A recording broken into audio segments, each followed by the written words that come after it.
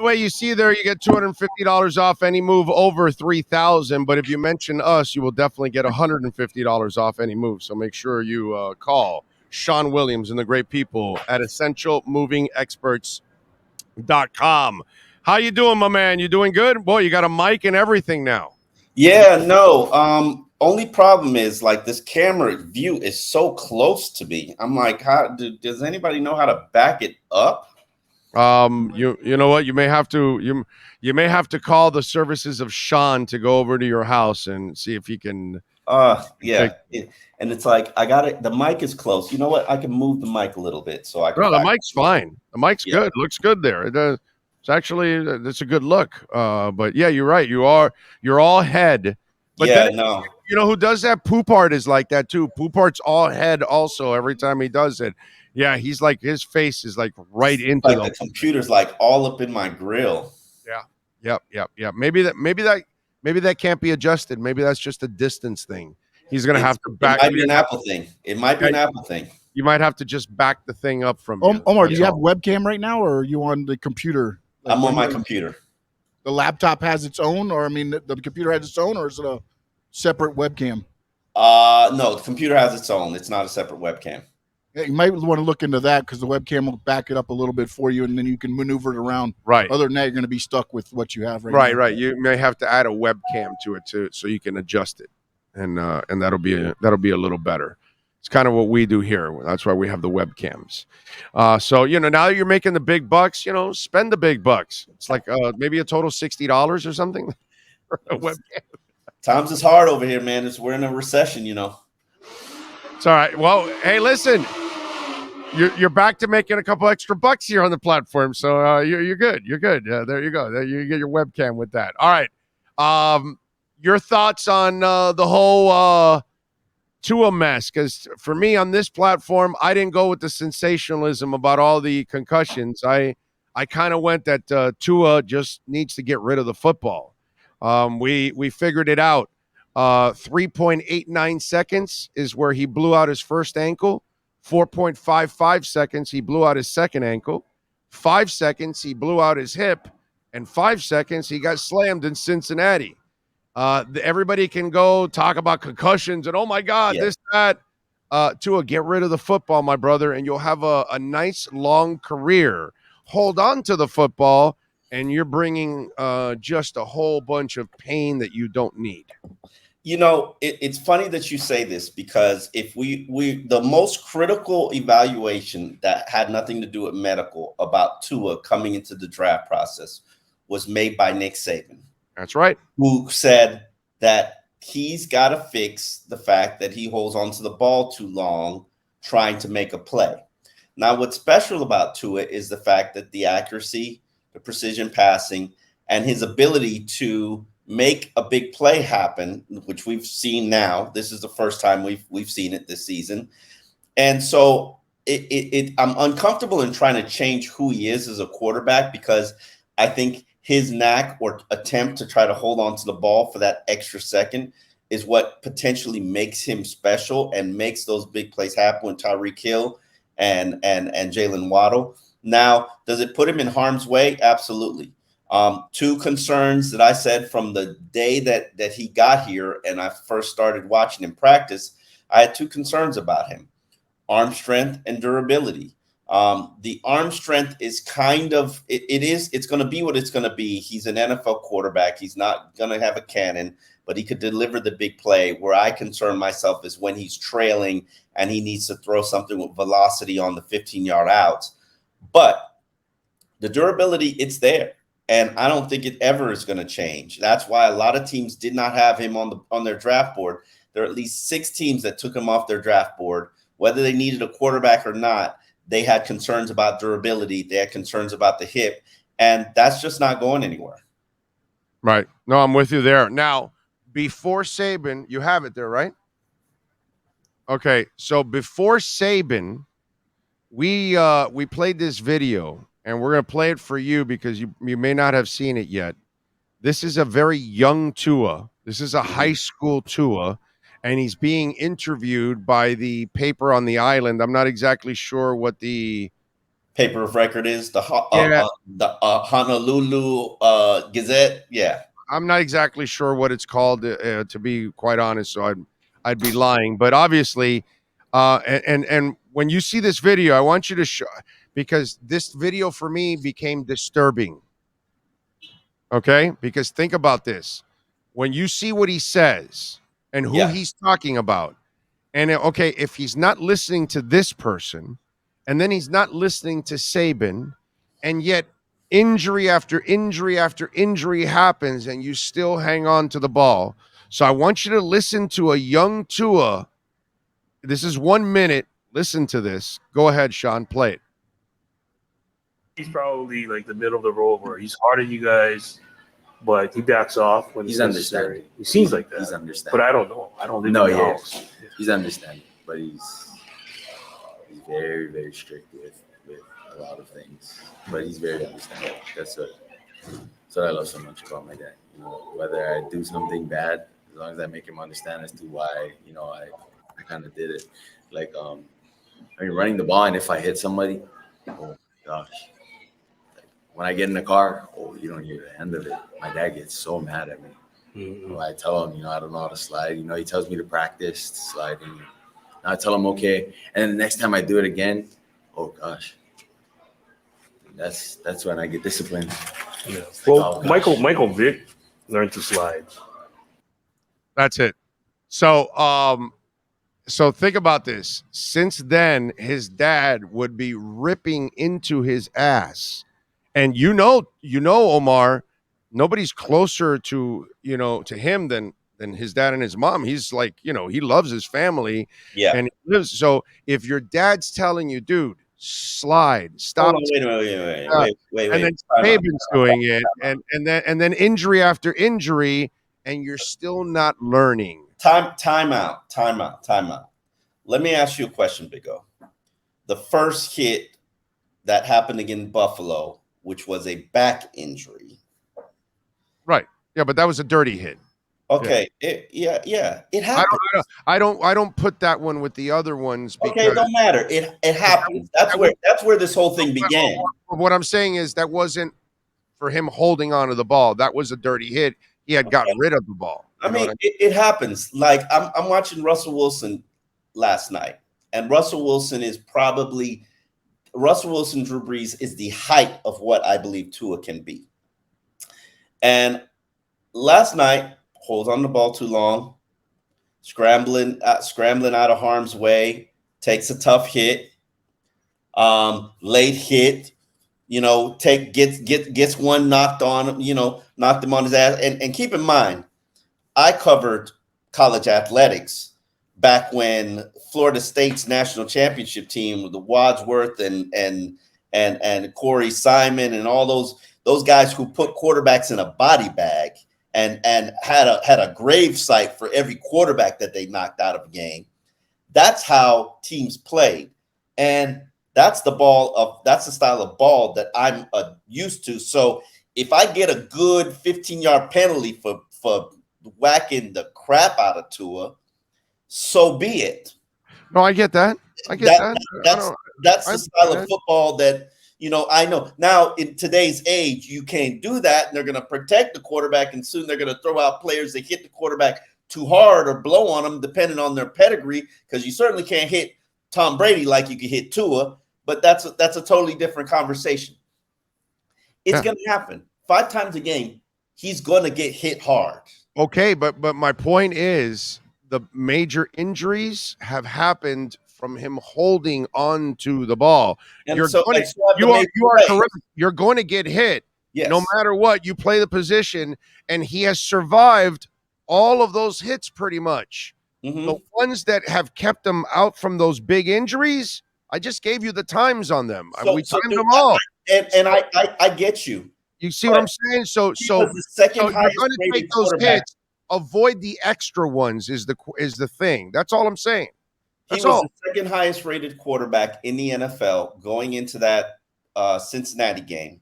I know. We had silenced all his critics, giving him a big 2 thumbs up with his including you. Stop it. And he was doing it playing his way, the way that he's always played. He sits there and he's very adamant about how he plays, and Yes. he'll let you know that, hey, I can't see over the line. It is what it is. You better find a way to make yourself noticeably open for me. Hey, and I hold on to the ball, try to make a big play happen. Yeah. This is your quarterback. Yeah, And well, I would- Ben Roethlisberger did the same thing, except he's huge. Yes. 6'5". He can take a pounding, Okay. and that's I- why this I is would why rather Drew that Brees- quarterback. But this is why Drew Brees lived a long time, and so did Joe Montana, and so did Bob Greasy, and so did Fran Tarkenton. Yeah. And Okay. that's why I keep comparing him to them, and I believe he is Joe Montana. He is going to be a clutch sumbitch that is going to make all the big throws in his life. But if he wants to have a career like those other guys, he's got to learn when the play is dead. Bro, Mhm. let it go. It Let it wasn't go. dead, but it Live wasn't for the dead. It wasn't dead. Yeah, Listen, you, in you his already mind, did, it's you, not listen, dead. you already did 3rd and 22. You already did 4th and 7. Live for the next play. Clearly, you can make the big throws in big moments, in tough situations. But on that 2nd and 6, don't hang on, bro. Get rid of it. Come back for 3rd and 6. Come back for the next drive. Come back for the next quarter. It's Come back easy for to the say. next. It's easy to say in hindsight. It's more difficult to do in the moment. And let me say this. You're right. It's something that, let me tell you this story, and it's something that you've in fact mocked me about. Remember the We mock you about a lot of things, but yeah. go ahead. Remember the Jay Cutler season, Yes. where Jay couldn't tell you a better practice performer. Just absolutely, just phenomenal arm. Good reads, knew the offense. When nobody was hitting him, killing it. Now, when we got to the game and people could hit him and people could touch him and people could break his ribs like they did that season, He looks like Justin Herbert. Okay. he started playing hot potato with the ball and getting the ball out of his hand because ultimately he was just there to cash a check. And he didn't care. I don't want Tua to become that quarterback. And if his career is going to be shortened because he's going to take too many hits and he doesn't have the body to hold up for it, so be it. If I get 9 seasons of Tua playing at a high level as opposed to 16 seasons of Tua playing with Jay Cutler, give me the 9 seasons. Hell, give me the 7 seasons. This is just part of who he is. And you drafted him with that knowledge and understanding. I get what you're saying. You want him to adapt and change his style and get rid of the ball. Well, if he doesn't, Omar, he's not going to make it for 2 more years. He's going to make it 2 more years. He's not going to make it 10. He won't make it 2 more years at this rate. If you're going to take those hits that bust your hip up, that you get concussion. Those hits happen. The hit against Buffalo, the hit against Cincinnati, that's a toughie. You keep mixing up regular hits to hits that were unnecessary. I mean, his head rocked back against Buffalo, and he got up and walked. You can't, but dude, you're not going to avoid that one. No, you can't avoid the hip one. You can't avoid the ankles. You can't avoid the Cincinnati one. You can't hold on to the ball for 5 seconds. You cannot play Ryan Tannehill football, dude. You can't. It's not like he is running and scrambling and evading pressure like Lamar Jackson. And that's the same thing. Doesn't have that skill set. He has more of it than he's shown, but he's not doing it. He's not playing that style. He's like Montana. Yeah, he can move around a little bit, but you don't want him scrambling, bro. That's not who he is. Montana never had the skill set of Steve Young. At this point, Steve Young had a running back style as a quarterback. And by the way, he's the guy opposite of Tua, but the same mindset, by the way. And he learned that he had to stay in the pocket more and stop running, because Steve Young also had that fearlessness in him that he would run, take on hitters and blockers and all that. And then eventually, concussion after concussion, it was like Walsh told him, dude, you got to stop this shit. Was it concussions for him? Yeah. Oh, yeah. No, his concussions got worse and worse, Omar. As his career went on, it was very much like Eric Lindros, who you probably don't know, but he played hockey. and as he got a concussion, it got worse and worse because the amount of time that you were out every time you suffered a Yeah. concussion was longer and longer and longer, and then obviously until Lawrence Phillips ended, Steve Young's career. I don't know if you know that, but it was Lawrence Phillips that ended Steve Young's career because Lawrence was out of football, went to NFL Europe, and for the Barcelona Dragons had 1,000-yard season.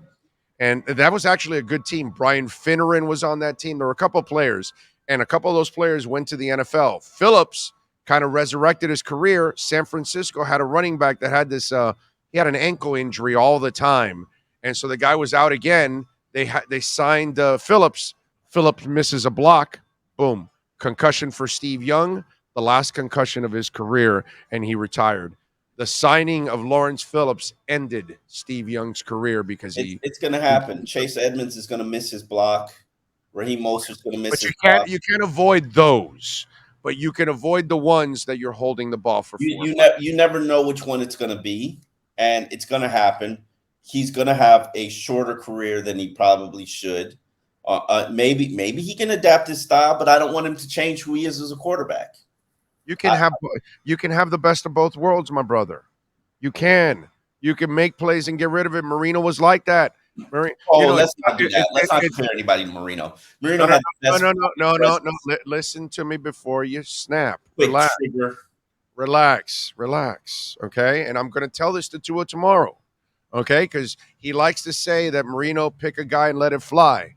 Nobody in the NFL, when the play was going to die, he let it fly. And so Tua should go back and watch that because when Marino saw it, the play was done, bro, he got rid of it quickly. Yeah. So quickly, Omar, remember, I'm old. So quickly, I would have fans telling me, bro, why is Marino throwing the ball away? Why is Marino throwing the ball? Throw the ball away more? Yes. Okay. Yes. So let me ask you this question because I personally want him to scramble for first downs more. I need 2 scrambles for first downs. I need Lamar Jackson and Ryan Tannehill to do that because they're not great passers. And I can't count on them in key downs to make a key throw in a tight window. Tua, Marino, Montana, Drew Brees, these kind of guys, Mahomes. You know what?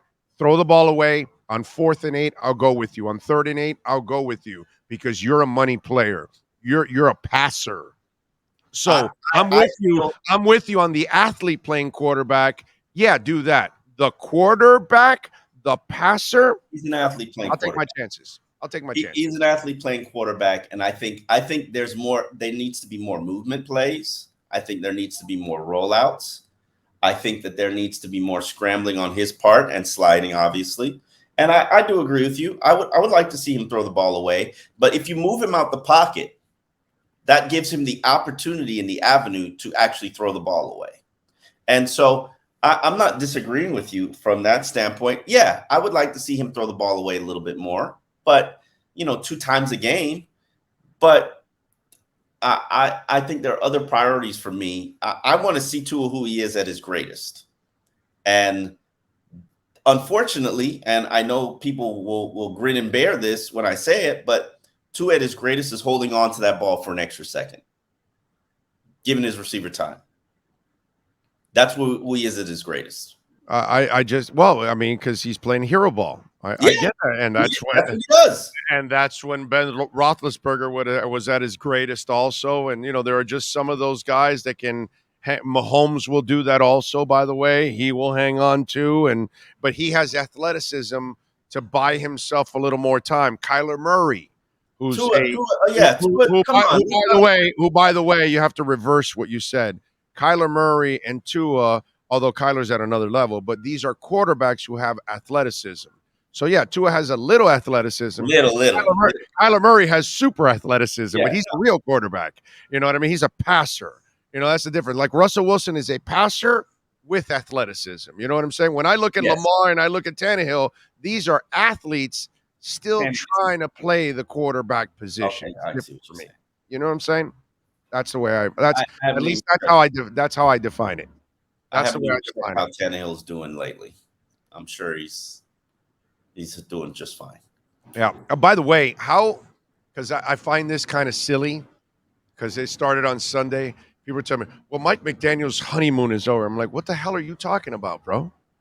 Like, Skyler looks well prepared. Teddy wasn't that good, and he threw for 300 yards. This team in the last 3 weeks, Oh yeah, my they lost, but they've been in these games. I Like, hate with this all these conversation about injuries and everything, I think they've done a hell of a job in these 3 weeks. I get it. It sucks to lose, but bro, you went into fourth quarters with a chance to freaking be in that game and maybe even win it with a whole bunch of backups at tackle, corners, and at quarterback.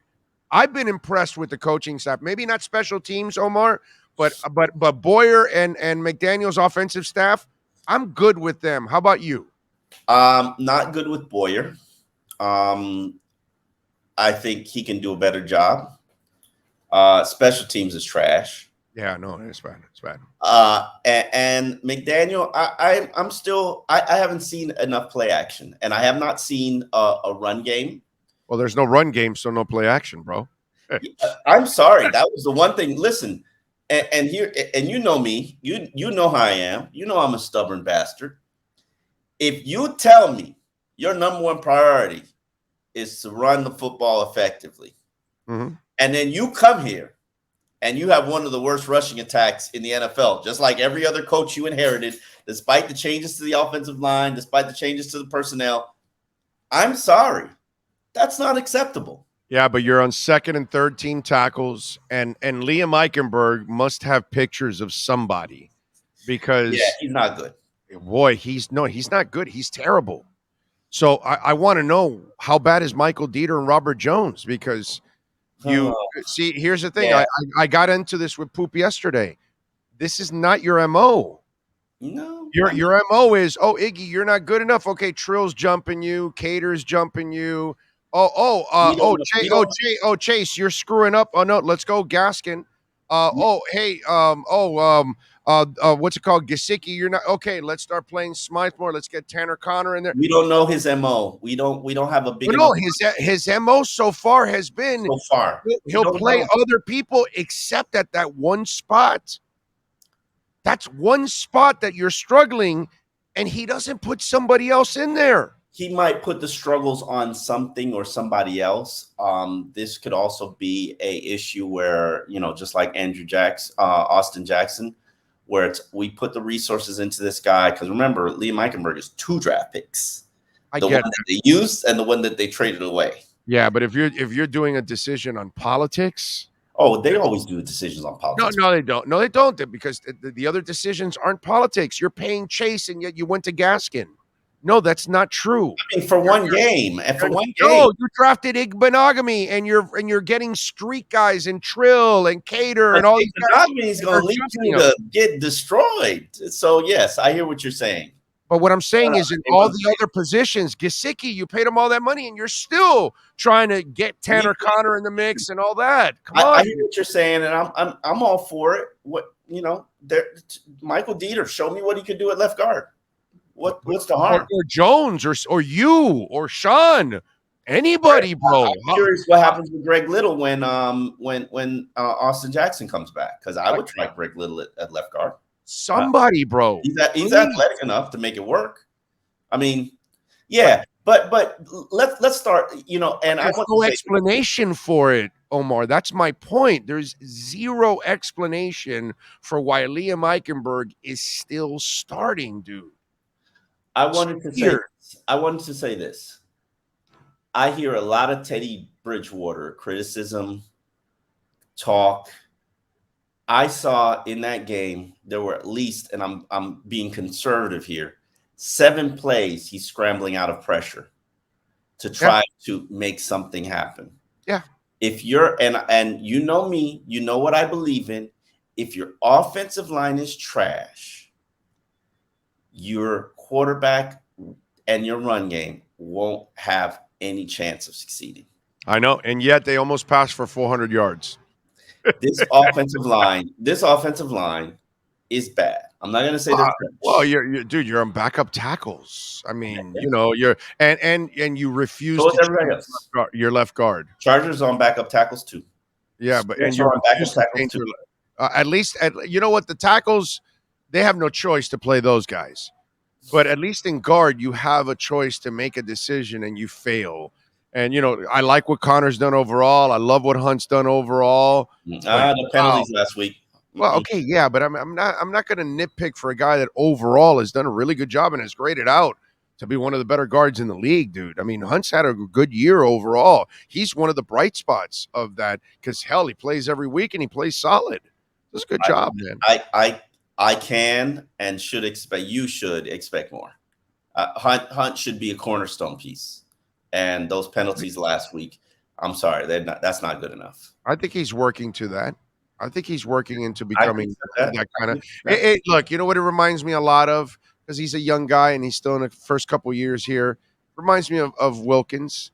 People weren't satisfied with Christian Wilkins first couple years, and then now in the last couple of years, third year he's turned the corner. And he's really blossomed for Robert Hunt. Like Robert Hunt, the play should be a lot higher than what it is. Robert Hunt. This is the first year he's actually getting real coaching. Wow, first year. Connor Williams, I will say this, except for the erratic snaps, which sometimes you got to jump high, sometimes you got to go low. They're not that bad. It's not like they're going over the head or rollers or anything like that. It's a little highs once in a while. It's that it really hasn't been that big of an issue. But I was giving him a compliment. I was saying that's the type of play and performance that I'm expecting from the offensive line across the board. And until they get there, you're still and I've always said this, and I'm sure I've said this to you. I didn't think that this team would offensively hit their stride until about midseason. Now, clearly, the quarterback issues and injuries tackles. Yeah, you got to get them healthy, bro. Yeah. But we're getting closer to it, and probably we'll see our best this Sunday against Tua against Brian Flores. But it's we got to be patient for baby steps because it's not going to happen overnight. And even though they got off to a hot start, I always felt like they would regress to the mean, and they have regressed to the mean. Now, it's a lot of the injuries, bro. Because if you have your two tackles, then I think the offense and Tua, you're 5-1, 6-0 right now. Okay, if you have those guys. I hear what you're saying, and I don't disagree with what you're saying in terms of the premise, but let's not pretend like Austin Jackson is like some elite. Austin Jackson's a mystery, just like Greg Little was. He's way better than Greg Little. From what I saw in training camp in the preseason, I don't know if I can put. Greg Little's bad. Like Greg Little is. I thought he was okay. I thought he's done okay. He's bad. He's bad. I have not been satisfied with him. I'd rather have. But in other words, you're still winning with Greg Little. Okay. Mm-hmm. Austin hasn't played in a long time. You were winning with Greg Little as long as Armstead's healthy.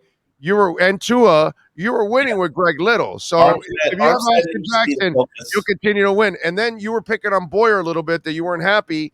Well, Boyer has an element missing, which are the two corners. And he's had one missing the whole season. And now X is, 70% maybe? You can tell that's not X that's out there, bro. I mean, what I saw him give Duvernay all that space, and this week also that passed. Duvernay's a fast boy now. I get that, but X still can hang with everybody, bro, when he's healthy. I saw him hang with Tyreek at times in training camp, running with Tyreek. When he's healthy, he's pretty damn good, dude. Right now, I got to say, and I know X is your buddy or something. I don't know if you've talked to him, but he's got to be 70% or something like that. Probably. He clearly is not himself, not even close. Well, listen, X is a warrior. He's trying to make it to game day, and he's trying to help his team the best that he can. But you're right. They haven't had the cornerbacks that allow them to play the style of ball that they want to play. But that's why you scheme other things up. But that defense is not built that way. They're not built to then all of a sudden, all right, let's start mauling up front.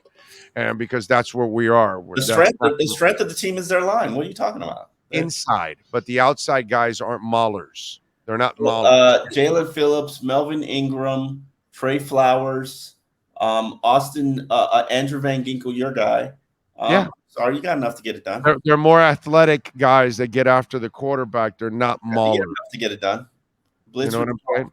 Although I'll give them this week, they did step up to help out that secondary. This week they did pressure. I give them a lot of credit. But secondary is the areas that I always said were going to be a problem for this team have surfaced and been a problem. Backup tackle, cornerback unit, and linebacker unit. They were super deep at corner. It's just how many more? Trill's injured. Cater was injured this week. You knew Trill was injured from like week 2 of training camp. What? That's what. But that kills depth, doesn't it? Right. So Byron's been out. You had plenty of time. He's not healthy. Crossan got injured in that game. Everybody's gotten injured, bro. Cater didn't even play in that game. He was inactive. I mean, dude, they've suffered a crap ton of injuries at corner. Excuses. What's on your practice squad? What's your development? Did you go out and you sign a veteran guy when you had the opportunity? Omar, who's got an 8th and 9th and 10th corners that are going to be playing great? If your team is in 6 cornerback, I have never covered the Dolphins ever in my life where they didn't need at least 6 cornerbacks to make it through a season. If you didn't go into this season knowing that you would have to rely on Noah Igbenogany and you would be in a crap load of problems, if you didn't know that going into this season, that's you're not a math major, right? You're not a math major. Correct. X, Byron Jones, Nick Needham, Cater Kohu, Trill Williams, and Crossan, then Igbenogany is your 7. They already had their 6. All 6 injured. You're not a math major. Listen, you just gave me 6. I gave you 6. They're all injured. What do you want, bro? Hold on. What did you do? You knew Byron Jones, whether we still don't know what the mystery injury is, whether it's whatever. No, it was the Achilles that he had late. I heard it was an Achilles. No. I didn't hear it was Achilles like 2 weeks ago. If it was an Achilles, you should have got a solution, not a temporary solution. You should have been, and it wasn't Crossan. That wasn't your solution, and it wasn't Cater. That's your 6th corner, bro. If you knew that Byron Jones had an Achilles injury, that's at least half the year. And they're pretending like he's going to. Oh no! Wait a minute! Hold on a second, bro. You didn't even sleep at a Holiday Inn. It might just be some kind of a minor tear. Maybe it wasn't a complete tear or anything. Maybe it was something that didn't need a whole year. I knew when he wasn't on the field during training camp doing rehab work, and there was this mystery about where is Byron Jones after he was on the field for OTAs. I was like, this is not adding up. Something is not right here. And then lo and behold, 2 weeks ago, it comes out it's an Achilles injury. I was like, if it was an Achilles injury, you should have addressed that the week before training camp, whenever you found out it was an Achilles injury. Because I was complaining about the cornerback unit from like day 1 of training camp, and it never let up. Yeah. And that's with Trill Williams, who I would be comfortable seeing and developing. But Noah, Actually, Noah actually had a good week this week. Well, he didn't get embarrassed too much. He made more positive plays than negative plays this week for Noah. So that was actually a positive. But Noah's like your 7th corner, bro. It's like it's not even in your top 6. And all 6 of your top corners were injured. I mean, I can't hold it against you when you have absolutely horrible luck. And that's what they've had so far. They've had horrible luck all over the place with all kinds of injuries. Is that what we're excusing it on? No, that's not. Those are facts, aren't they? Don't they have a shit ton of injuries? Yeah, so does every other team. No, they don't. Oh, you don't? The Patriots don't have injuries? No, they're not missing their 2 starting tackles, their starting quarterback, and their starting corners. Jets don't have injuries? The Jets don't have injuries? They didn't begin the season without their quarterback and their left tackle and right tackle? Hold on a second. Zach Wilson to Tua Tagovailoa. You're seriously making that comparison. Zach Wilson is balling right now. Let's balling what, like 110 yards and no touchdowns this week? Is that what you call balling? You obviously are really not following it. You just saw Jets win, but you really don't know what actually happened. Are the Jets one of the hottest teams in the NFL right now? Yes or no? Answer, answer that with your and the only thing that's hot with Zach Wilson is whatever MILF he's hitting on off the field. I know. Not his play, dude. Listen, Not his play. he The MILF is hot, not his play. Listen, the Jets waxed Miami, went up and beat Green Bay. Say whatever you want to say about Green Bay. And now don't they have the identical record as the Dolphins? Yes, I think so. Okay. Yeah.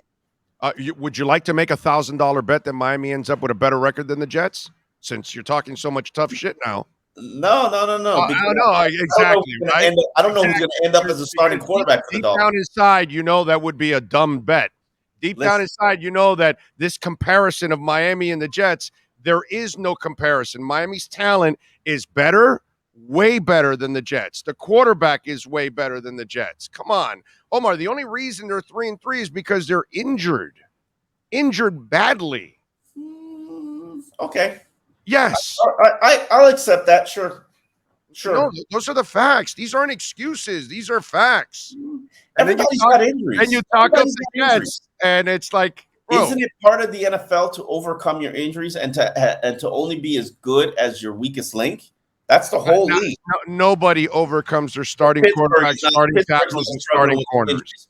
Pittsburgh's not struggling with some injuries on their offensive line. They don't have a quarterback. They still got injuries. I know, but they don't have a quarterback. Aren't they missing their the top pass rush? Their top. Yeah, they're missing TJ. Yes. Oh, okay. So let me ask you a question.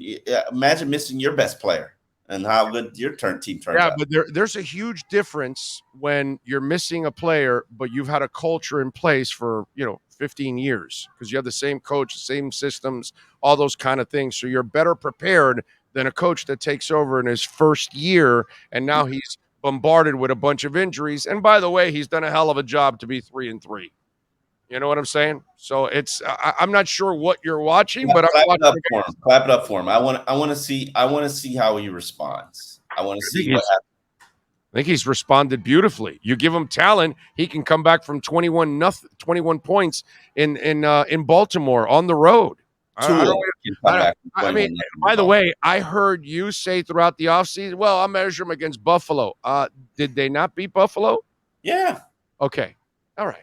So when the Dolphins are whole, they can beat Buffalo. So all this Jet talk is bullshit. Are the Bills whole?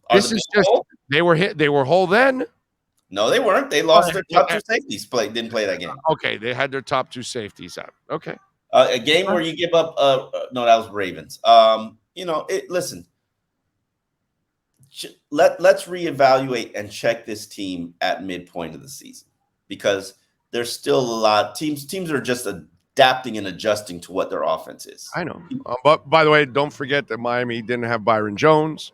Miami didn't have Austin Jackson, didn't have their right tackle also. So they were missing pieces going into that Buffalo game also that they need. Against Buffalo, against that receiving core. And by the way, you talk about that secondary. That secondary this week, all beat up and everything, shut down Justin Jefferson. That guy did nothing against the Dolphins with a whole bunch of backups there in the secondary. I thought he did a hell of a job. Serious ass stats. What are you talking about? No, he didn't. He didn't do anything. What do you got, 50 yards or something in that game? Justin Jefferson didn't do anything in that game. He didn't really have big numbers. But look at it. I'll look it up. He had 6 receptions for 107 yards. Really? Did he have that many? Yes. Okay. Just look it up. According to you. Huh? Oh, that's right. Yeah, that's right. He had 32 yards into that big shot at the end. That's right. That's right. They got him at the end. Garbage stats at the end. Tannehill stats at the end. Oh, man. I tell you, garbage stats. Do we have to count garbage stats? Yes, sir. Even count? All right, so what do you think about your boy this week, Flo? How disappointed have you talked to him? Is he looking forward to play? Did he put a bounty on Tua? Yes. I don't talk to Flo, but come on. Come on. We know you're best friends with Flo. Bro, you guys are hanging out, smoking the pipe.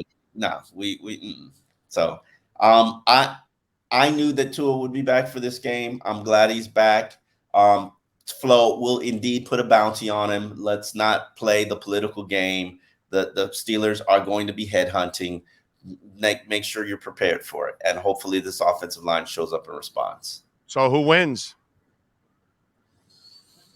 I'm going to go with Miami because I believe in Tua. And I know you're going to say, oh, you can't be on the train. You can't do this. Oh, no, you're not on the train. You can act like you're on the train now. You can want to ask us for a spot on the train, but no. I'm good. I've always believed in Tua. I believe he has the intangible. You're starting to see it. Same story that I'll say. 2 concerns. Arm strength, which mainly pays factor in the fourth quarter when you're trailing. Yes, I know he's come from behind in some games. Cool, props. Money player. And then whatchamacallit, and then durability. And hopefully he doesn't take a big hit and basically, you lose him for a longer duration of period. For entertainment purposes, what we're going to do on the train, on the Tua train, is we're going to tie a rope to the back of the train, and we're going to tie it to a little igloo cooler. And then we'll put your ass on that igloo cooler. I don't want to be on the train, bro. You're going on all those wooden bumps on the train. Don't need to be on the train. From afar. Let's just hope he stays healthy for the rest of the season. And let's hope you can stay healthy in an igloo that's bopping all around on train tracks. Let's see if you can stay healthy in that, because that's the closest you're getting on the Tua train. And you do know we're going to the Super Bowl in Arizona this year, right? Yes. So, just in case. Okay. Will you be there in Arizona with us covering the Miami Dolphins in the Super Bowl? I'll be there in Arizona covering the Miami Dolphins. I doubt that. But anyway, that's see? This is why he's on the igloo and not on the train. Follow him on Twitter at Omar Kelly. And, of course, Essential Moving Experts. Call Sean Williams and the folks at 305-602-8369. We'll catch up next week, my brother. Appreciate you. All right. Talk to you later, my man. You got it. Omar Kelly, baby. There we go.